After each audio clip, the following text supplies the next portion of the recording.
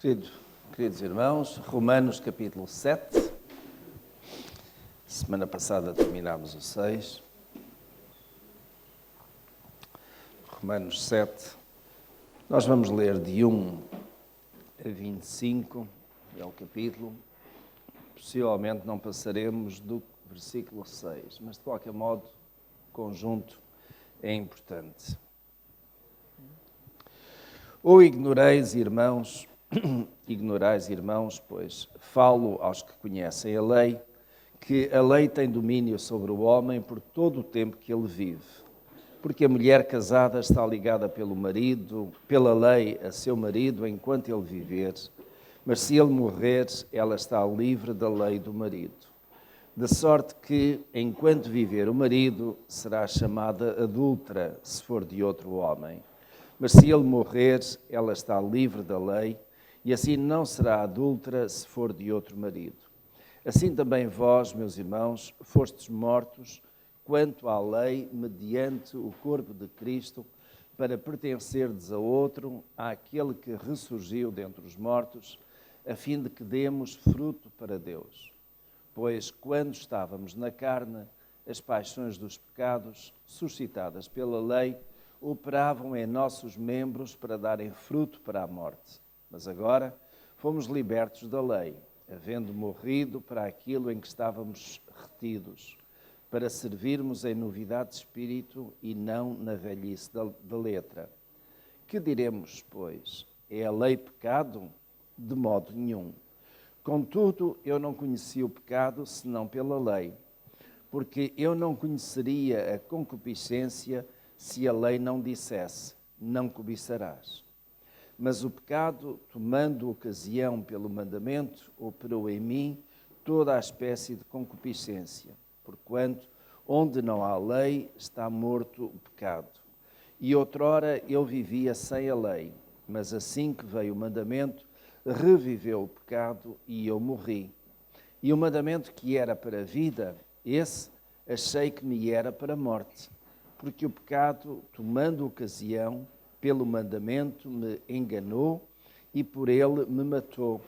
De modo que a lei é santa e o mandamento santo, justo e bom. Logo, o bom tornou-se morte para mim? De modo nenhum.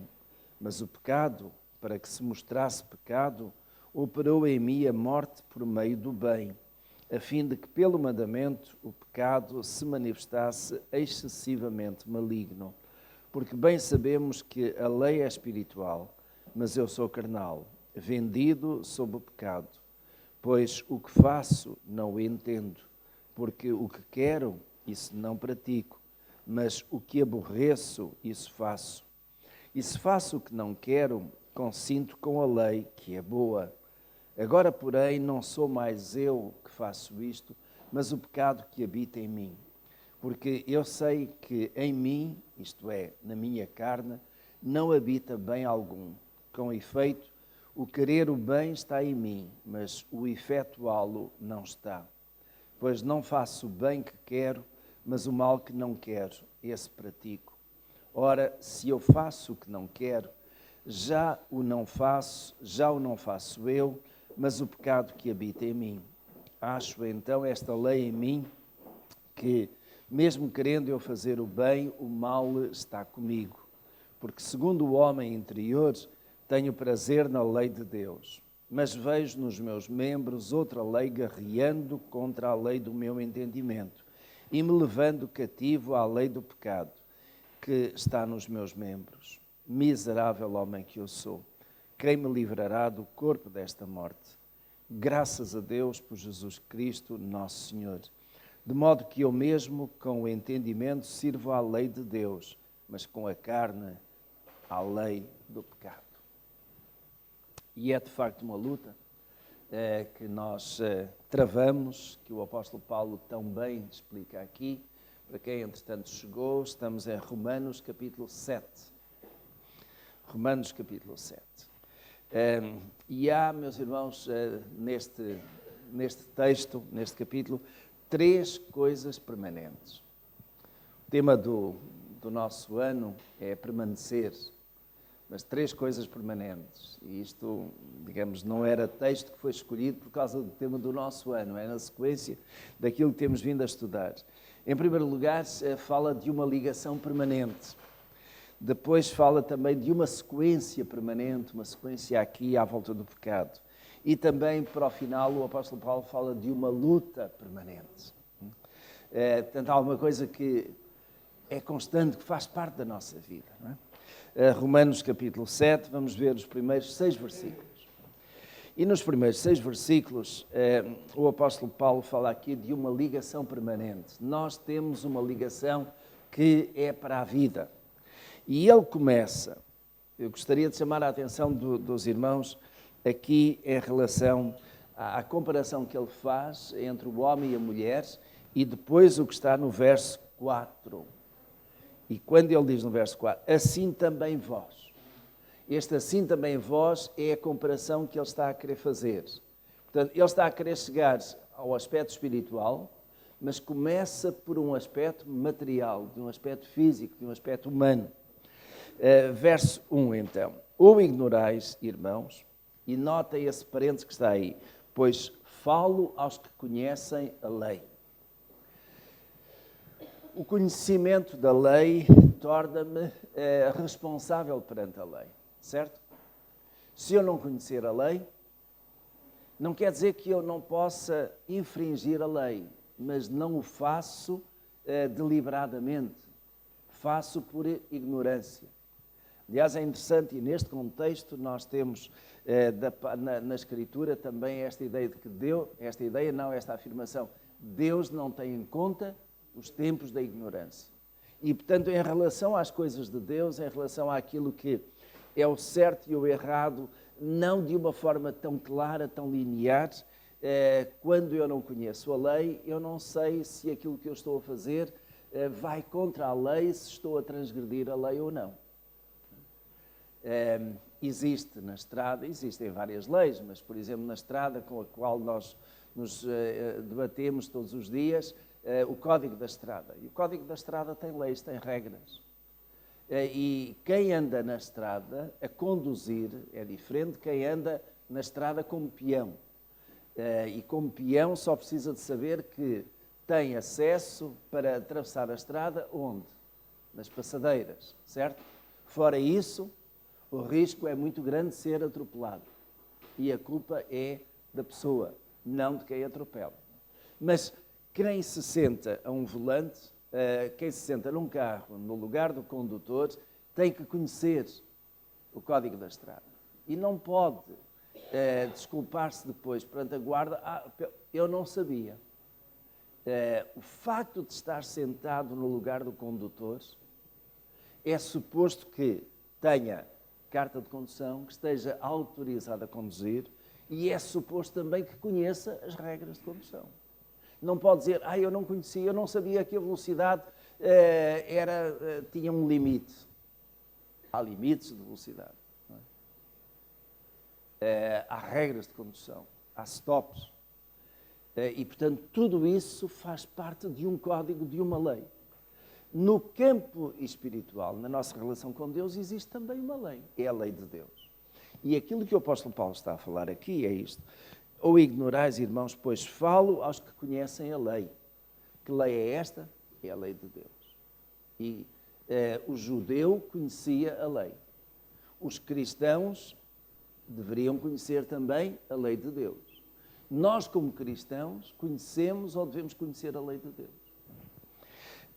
E depois diz, então eu vou tirar este parênteses agora, só por uma questão de fluência da leitura, ou ignorais, irmãos, que a lei tem domínio sobre o homem por todo o tempo que ele viver. A lei de Deus tem domínio sobre nós. Quer isto dizer o quê? Eu sou governado, eu sou responsável pela lei de Deus. Portanto, a lei de Deus é para mim. Eu tenho que viver a minha vida em conformidade com a lei de Deus. Não é? Claro que depois, mais adiante, nós vamos falar sobre a questão da lei e da graça, não é? Que também está aí. Não é? E o apóstolo Paulo, no verso 2 e 3, coloca-nos aqui uma questão bastante pertinente e séria. E eu estou a olhar aqui e vejo um bom número de casais e, portanto, vejam o que é que o apóstolo Paulo diz. Verso 2. Porque a mulher casada está ligada pela lei a seu marido enquanto ele viver. Mas se ele morrer, ela está livre da lei do marido. De sorte que, enquanto viver, o marido será chamada adúltera se for de outro homem. Mas se ele morrer, está livre da lei e assim não será adúltera se for de outro marido. Aquilo que o apóstolo Paulo está a dizer é, enquanto a mulher estiver casada, ela tem um vínculo de permanência. Os irmãos poderiam, digamos, avançar com uma outra frase que resuma isto. Ser leal ao marido. Em relação ao casamento, o casamento é para eu me divorciar se alguma coisa não dá bem? Ou o casamento diante de Deus é para toda a vida? Enquanto viver. Agora, isto é só para a mulher. O homem está livre. É para o homem também. Porquê? Porque a mulher está casada com o homem, não é? Portanto, o casamento é dos dois, não é? Vamos ver o que é que o Senhor Jesus diz acerca da questão do divórcio. Porque aquilo que está subjacente aqui é o quê? É a possibilidade de quebra de um vínculo que seria suposto para toda a vida, certo? O que é que o Senhor Jesus dizia sobre isto? Em Mateus capítulo 19, Mateus 19, versículo 2. Começamos no versículo 1, só para vermos a localização. Tendo Jesus concluído estas palavras, partiu da Galileia e foi para os confins da Judeia, além do Jordão. E seguiram-no grandes multidões e curou-as ali. Agora, note, aproximaram-se dele alguns fariseus que o experimentavam, dizendo: é lícito ao homem repudiar sua mulher por qualquer motivo? Respondeu-lhes Jesus: não tendes lido que o Criador os fez desde o princípio, homem e mulher, e que ordenou, por isso deixará o homem pai e mãe, e unir-se-á à sua mulher, e serão os dois uma só carne? Assim já não são mais dois, mas uma só carne. Portanto, o que Deus ajuntou, não o separa o homem. Responderam-lhe: então, porque mandou Moisés dar-lhe carta de divórcio e repudiá-la? Disse-lhes ele: pela dureza de vossos corações, Moisés vos permitiu repudiar vossas mulheres, mas não foi assim desde o princípio. Eu vos digo, porém, que qualquer que repudiar sua mulher, a não ser por causa da infidelidade, e casar com outra, comete adultério. E o que casar com a repudiada também comete adultério. Disseram-lhe os discípulos: se tal é a condição do homem relativamente à mulher, não convém casar. Ele, porém, lhes disse: nem todos podem aceitar esta palavra, mas somente àqueles a quem é dada. Porque há eunucos que nasceram assim, e há eunucos que pelos homens foram feitos tais, e outros há que a si mesmo se fizeram eunucos por causa do reino de Deus. Quem pode aceitar isso, aceite-o. Deixando de parte esta questão dos eunucos, a questão fundamental é esta. Havia a lei de Moisés, e a lei de Moisés, segundo a lei de Moisés, era permitido o homem repudiar a sua mulher. Já vamos ver em Deuteronômio em que condições isso acontecia, ou como é que isso era permitido. Mas reparem, Jesus diz assim no final do verso 8, não foi assim desde o princípio. O que é que nós podemos entender por isto? Não foi assim desde o princípio. O que é que acham, meus irmãos? Antes de Moisés, era possível o homem repudiar a sua mulher? Não, Jesus está a dizer que não foi assim. Portanto, e ele mesmo diz, no verso 5, que Deus ordenou: deixará o homem pai e mãe e unir-se-á à sua mulher e serão os dois uma só carne. E o verso 6 diz: assim já não são mais dois, mas uma só carne. Portanto, o que Deus ajuntou, não separa o homem. O que quer dizer que para Jesus a possibilidade de divórcio não seria possível. Não é? Passe a redundância, não é? Não havia possibilidade de divórcio. Porque aquilo que Deus ajuntou, o homem, por decreto administrativo, por decisão, não tem o poder de terminar, não é? Agora, meus irmãos, notaram que nas palavras de Jesus há uma exceção? Há uma exceção aí. Qual é? Questão de adultério, não é? Vejam o verso 9.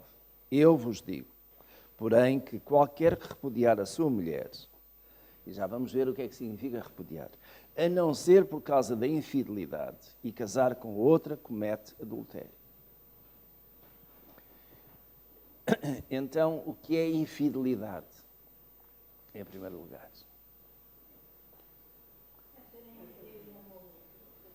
É? Andar com outras mulheres ou com outros homens. Não é?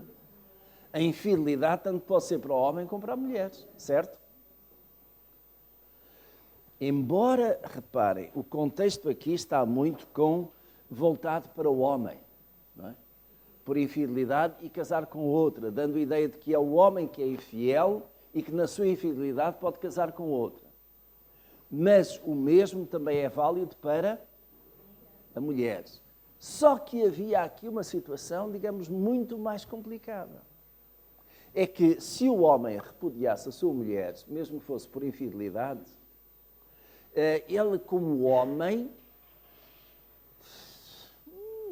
tinha tolerância.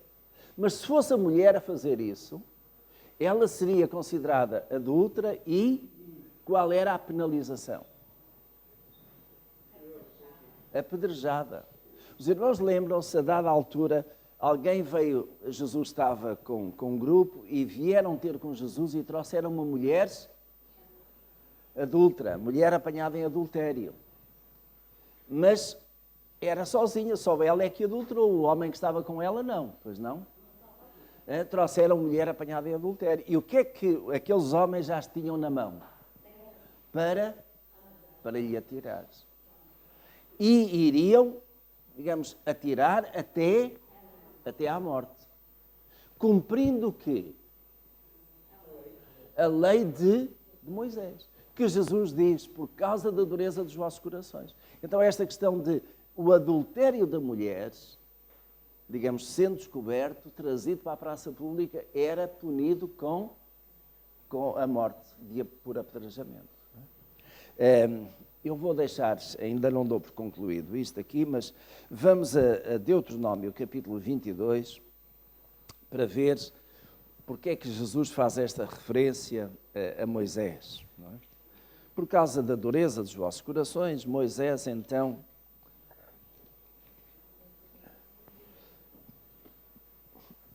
em Deuteronômio, quinto livro da Bíblia, Deuteronômio, capítulo 22.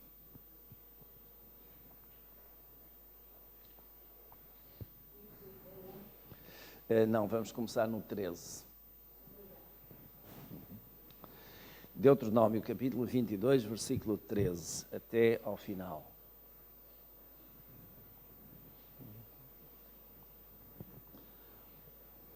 Eu creio que quando Jesus estava a falar, e que Mateus registou, e Marcos também registra, a dureza dos vossos corações, então Moisés passou a lei, não é? E Moisés passou a lei porque Deus também lhe deu essa lei, com certeza. Está então em Deuteronômio capítulo 22, versículo 13 em diante. E aqui, meus irmãos, nós vamos ver a questão de repúdio, ver a questão de castigo também, em que condições. E reparem que começa por se, há vários se's aqui, o que significa que está a dizer, se isto acontecer, Portanto, é nestas circunstâncias que, se um homem tomar uma mulher por esposa e, tendo coabitado com ela, vier a desprezá-la e lhe atribuir coisas escandalosas e contra ela divulgar má fama, dizendo: tomei esta mulher e, quando me cheguei a ela, não achei nela os sinais da virgindade. Então, o pai e a mãe da moça tomarão os sinais da virgindade da moça e os levarão aos anciãos da cidade à porta. Perdão. E o pai da moça dirá aos anciãos: eu dei a minha filha por mulher a este homem e agora ele a despreza. E eis que ele atribuiu coisas escandalosas, dizendo: não achei na tua filha os sinais da virgindade, porém eis aqui os sinais da virgindade da minha filha. E eles estenderão a roupa diante dos anciãos da cidade.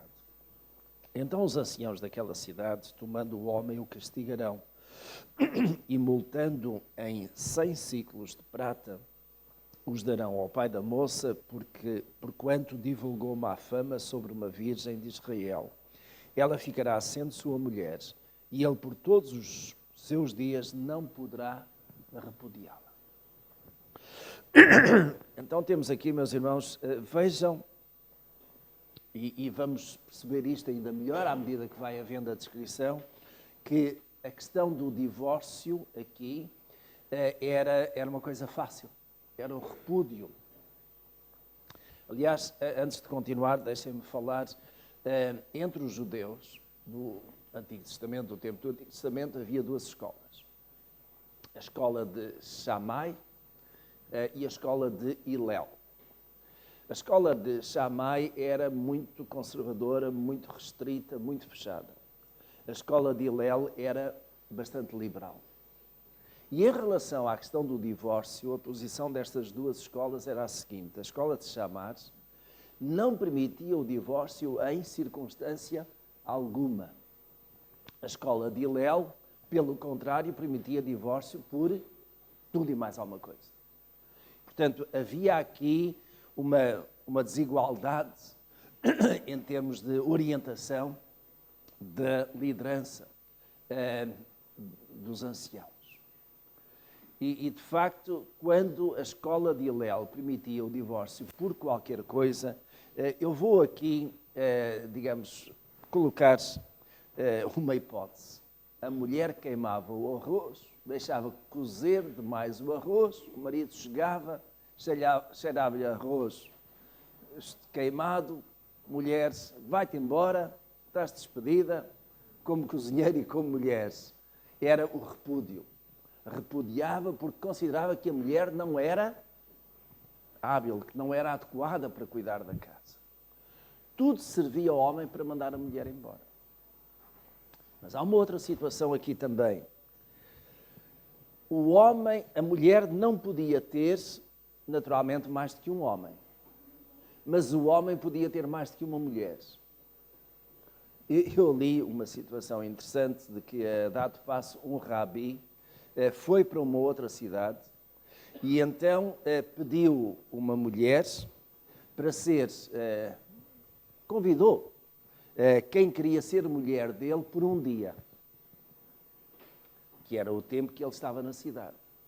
Porque se houvesse alguém que estivesse pronta para ser mulher do rabi durante um dia, isso já não era adultério. Porque o rabi, aliás, o homem, podia ter várias mulheres, desde que fossem casadas com ele. Lembram-se, por exemplo, o caso de Abraão. Quantas mulheres teve Abraão? Uma e mais outra. Não é? Ele teve filhos de 2 mulheres. Sara era a mulher dele.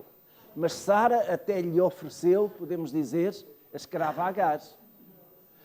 Quantas mulheres teve Salomão? Pronto, para não irmos aqui mais longe. Né? 300 mulheres e 700 concubinas. O que era isso das concubinas? Faziam parte do harém e que poderiam, digamos, estavam debaixo do seu teto, por assim dizer, que ele podia ter algum relacionamento com elas sem que isso fosse considerado adultério. Mas isto só era permitido aos homens, naturalmente. As mulheres, não. Se as mulheres tivessem mais do que um homem, naturalmente eram consideradas adúlteras, prostitutas. Portanto, os irmãos vejam como a lei, entre os judeus, foi se tornando, digamos, tão elástica, mas sempre a favor dos homens. E, portanto, a questão de repúdio, porque um homem não gostava da cara da mulher, tornou-se muito fácil, mas atenção, dentro da linha de orientação da escola de Hillel, que era uma escola muito liberal, permitia tudo isto. A escola de Shammar não permitia. Vamos continuar a ler aqui. Portanto, estávamos no versículo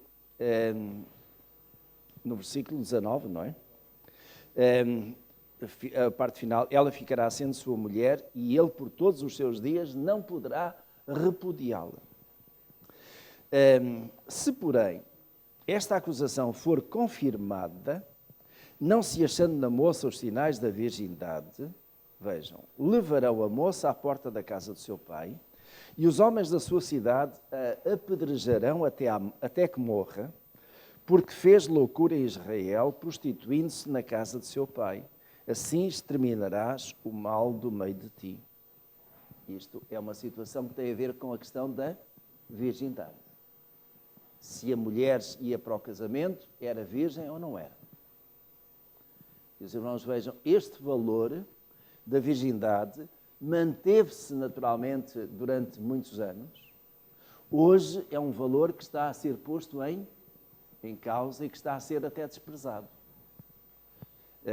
Jovens que casam sem serem virgens e com isso acabam por achar que é perfeitamente normal. Nos Estados Unidos, aqui há uns bons anos atrás, há umas décadas, talvez duas, surgiu o movimento do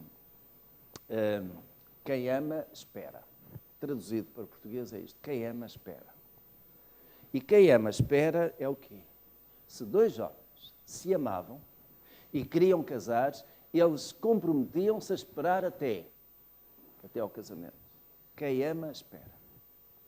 Claro que os irmãos podem imaginar como em muitos liceus, muitas escolas, entre aquela juventude, os que assim procediam eram fortemente criticados e gozados, faziam troça.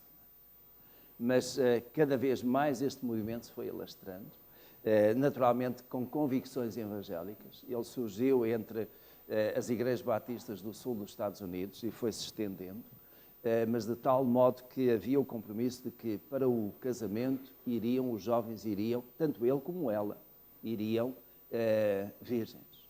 E a questão da virgindade hoje, até mesmo em Portugal, já é desvalorizada e baratizada. Então, verso 22. Se um homem for encontrado deitado com mulher que tenha marido, morrerão ambos, o homem que estiver deitado com mulheres e a mulher. Assim exterminarás o mal de Israel. Isto quer dizer o quê? Se um homem se deitar com a mulher de outro, claro que isto pressupõe serem apanhados, não é? Mas se forem encontrados, morrerão os dois, porque tão culpado é um como o outro. Não é? Verso 23. Se houver moça virgem desposada e um homem a achar na cidade e se deitar com ela, trareis ambos à porta daquela cidade e os apedrejareis até que morram. A moça, porquanto não gritou na cidade, e o homem, porquanto humilhou a mulher do seu próximo. Assim exterminarás o mal do meio de ti. Mas notem, isto é na cidade. E na cidade porquê? Porque há a possibilidade de gritar, de pedir socorro. Isto, meus irmãos, tem a ver com o quê? Qual é a palavra que hoje se usa para isto? Violação, não é? Isto é um caso de violação. Uma moça foi apanhada, foi levada, digamos, para um lugar escondido e foi violada. E na cidade ela pode gritar por socorro. Se não gritar é porque ela, de certo modo, consente. E há aqui, às vezes, tem havido situações de violações em que depois a desculpa é, não, isso foi consentido, chamado sexo consentido. Porque ela não gritou, ela não reagiu, ela não disse que não queria. Não é? Aceitou. Sexo consentido é autorizado. Segundo a lei dos judeus, ambos eram apedrejados. Verso 25, e agora vejo. Mas se for no campo, portanto, não na cidade, mas no campo, num lugar isolado, não é? Que o homem achar a moça que é desposada e o homem a forçar e se deitar com ela, morrerá somente o homem que se deitou com ela. Porém, à moça não farás nada. Não há na moça pecado digno de morte, porque como no caso de um homem que se levanta contra o seu próximo e lhe tira a vida, assim é este caso. Pois ele a achou no campo e a moça desposada gritou, mas não houve quem a livrasse. Se o homem achar uma moça virgem não desposada e pegando nela, deitar-se com ela e forem apanhados, o homem que se deitou com a moça dará ao pai dela 50 siclos de prata. E, porquanto a humilhou, ela ficará sendo sua mulher, não a poderá repudiar por todos os dias. Nenhum homem tomará a mulher de seu pai e não se levantará a cobertura de seu pai. E aqui, mesmo para o final, acrescenta uma outra coisa. Nenhum homem descobrirá a mulher de seu pai, ou tomará a mulher de seu pai. Isto, meus irmãos, por outras palavras, é o quê? Incesto, não é? É incesto. E nós temos um caso de incesto relatado numa das cartas paulinas. Primeira carta aos Coríntios, não é? A igreja até se orgulhava, podemos dizer, ou pelo menos permitia, que houvesse um caso de incesto na igreja. Não é? Um homem que toma a mulher do seu pai. Sim. E acaba por ter essa relação. Meus irmãos, há só uma palavra aqui para esclarecer, se é que porventura há alguma dúvida. Repudiar. Repudiar tem o mesmo significado, o mesmo sentido de mandar fora. Quando eu repudio, eu não quero. Eu deito fora, eu desligo-me. E os irmãos vejam que a palavra aparece, de certo modo, relacionada aqui, tendo coabitado com ela, vier a desprezá-la. Este desprezar é repudiar, não é? Quer repudiá-la, quer mandá-la embora. E tem essas questões de repúdio várias vezes aí, não é? Alguma dúvida, alguma questão sobre Deuteronômio, sobre esta passagem?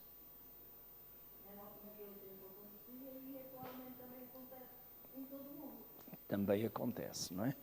Com a mesma facilidade, não é? Uma outra passagem, 1 Coríntios, capítulo 7, que eu acho que é interessante. 1 capítulo 7, versículos 10 em diante.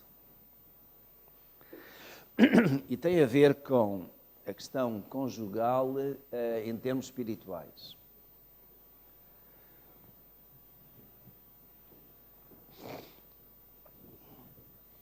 Muito concretamente tem a ver com esta situação. O marido é crente, a mulher não é. A mulher é crente, o marido não é. O que é que aquele que é crente pode fazer, deve fazer? Pode divorciar-se? Deve divorciar-se? Deve permanecer casado? 1 Coríntios capítulo 7, versículo 10. Todavia, aos casados, mando, não eu, mas o Senhor. E quando Paulo faz esta referência, isto é mandamento de Deus. Não é a minha opinião. Mando, não eu, mas o Senhor, que a mulher não se aparte do marido. Se, porém, se apartar, que fique sem casar. Ou se reconcilie com o marido, e que o marido não deixe a mulher.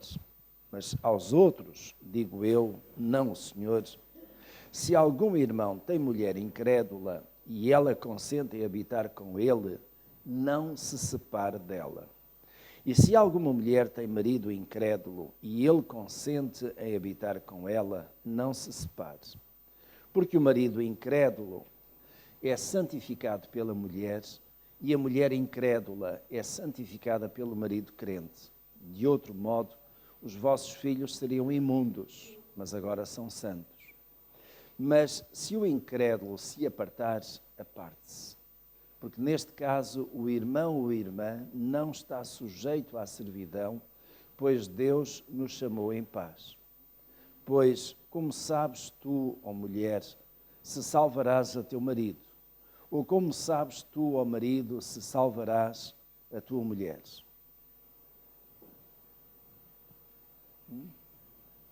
Isto quer dizer que aquele que é crente, seja marido ou seja a mulher, deverá permanecer no casamento. Não é pelo facto de se ter convertido que agora vai romper uma relação conjugal, mas aquilo que Paulo está a deixar aqui, no meu entender, aí está uma tremenda possibilidade da mulher que é crente ou do marido que é crente e a esposa ou o marido não são crentes, de poderem, de certo modo, levá-los à conversão. De darem testemunho de tal modo que eles venham a converter-se também. E aqui a mulher que é crente e o marido não, ou vice-versa, tem, digamos, uma missão muito importante e muito difícil também. Não importa aqui se casaram, se a mulher casou com o marido crente, descrente, já na altura do casamento ou não, não importa. O que consideramos aqui é a situação atual. Porque pode ser para qualquer um que os dois não eram crentes, estão casados já há 5, 10, 15 anos, têm filhos, um converte-se, o outro não. Não é por causa disso que se devem separar ou se devem divorciar. Esse não é motivo para a separação. E isto porquê? Porque no plano de Deus o casamento é para permanecer, é para sempre. E, portanto, tem que haver aqui certamente um esforço muito grande para manter o casamento, mesmo tendo agora uma fé diferente, tendo o chamado jugo desigual. Um não quer saber de Deus, o outro agora é fiel e temente ao Senhor. Aquilo que o apóstolo Paulo nos diz é: mantenham-se casados. E quem sabe, mulher que és crente, se tu não vais salvar o teu marido. Bom, esta expressão que ele está a usar aqui, salvar, é criar as condições para que o marido seja salvo, porque quem salva é o Senhor, não é? Mas tu, mulher, vais ser usada no teu testemunho para que o teu marido venha a converter-se. Ou o contrário, no caso da mulher que é descrente e o marido que é crente. Temos casos aqui. E por isso mesmo esta palavra é muito atual e muito aplicada aqui, e eu estou a chamá-la aqui à colação exatamente para podermos também ter isto em mente, não é? Portanto, meus irmãos, reparem sobre aquela questão do divórcio ou da permanência no casamento, digamos, desde o Antigo Testamento até agora. E eu gostaria só, porque tenho 3 ou 4 minutos, de fazer, digamos aqui, a minha perspectiva histórica. Em primeiro lugar, eu creio, é a minha convicção fundamentada na Escritura, que Deus criou o homem e a mulher, criou um para o outro, os deu em casamento. E aqui até poderia colocar outras coisas.